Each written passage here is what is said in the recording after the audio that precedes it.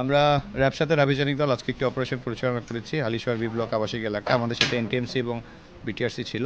আমাদের আজকের অভিযানটা ছিল মূলত অবৈধ ভিওআইপি ব্যবসা পরিচালনা করছে এমন এক ব্যক্তির বিরুদ্ধে। আমরা একজন আসামিকে গ্রেপ্তার করতে সক্ষম হয়েছি এবং আপনারা দেখতে পাচ্ছেন যে আমরা ইতিমধ্যে প্রায় সার্ভার বক্স যেগুলো বলে বা সিম বক্স প্রায় 30-এর উপরে আমরা জব্দ করেছি এবং সিম সংখ্যা যেগুলো পেয়েছি আনুমানিক 10,000 প্লাস মাইনাস। এটা একটা বিশাল চক্রের অন্যতম একজন মূল হোতাকে আজকে আমরা গ্রেফতার করতে সক্ষম হয়েছি। আটক আমাদের এখন পর্যন্ত অভিযুক্ত ব্যক্তি আমরা একজন পেয়েছি এবং আমাদের পরবর্তী কার্যক্রম চলমান আছে এ ব্যাপারে। যে অভিযানের বিষয়ে বেশ কয়েকদিন ধরে রেকি করা হচ্ছে।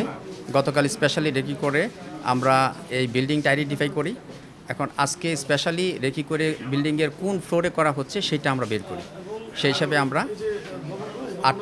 রাত 8টার দিকে এখানে ঢুকি। যদিও এই কার্যকলাপ শুরু হয়েছে কয়েকদিন ধরেই, এখন ওইটার পরিপ্রেক্ষিতে 8টার দিকে আমরা এখানে ঢুকে আমাদের যে অ্যাজ ইউজুয়াল কার্যক্রম বিওআইপির বিরুদ্ধে, অবৈধ বিওআইপির বিরুদ্ধে, সেটা আমরা পরিচালনা করে এখানে বিরাট একটা সেট আপ পাই। এই সেট আপে এখানে সিম বক্স 33টার মতো পাওয়া গেছে, আর 3টা র্যাক পাওয়া গেছে। এখানে সিমের পরিমাণ 10,000 প্লাস মাইনাস। এই বিপুল পরিমাণ সিম দিয়ে সে অবৈধ কার্যক্রম পরিচালনা করছে। তবে এই কাজ সে 3 বছর ধরে করছে, যে আসামি, সে তার নিজের মুখের বলা।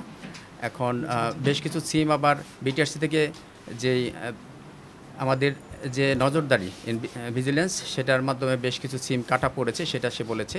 এখন কতগুলি অ্যাক্টিভ আছে সেটা আমরা গণনা করলে পরে দেখতে পাবো। এর মাধ্যমে সরকার বিপুল পরিমাণ রাজস্ব হারাচ্ছে।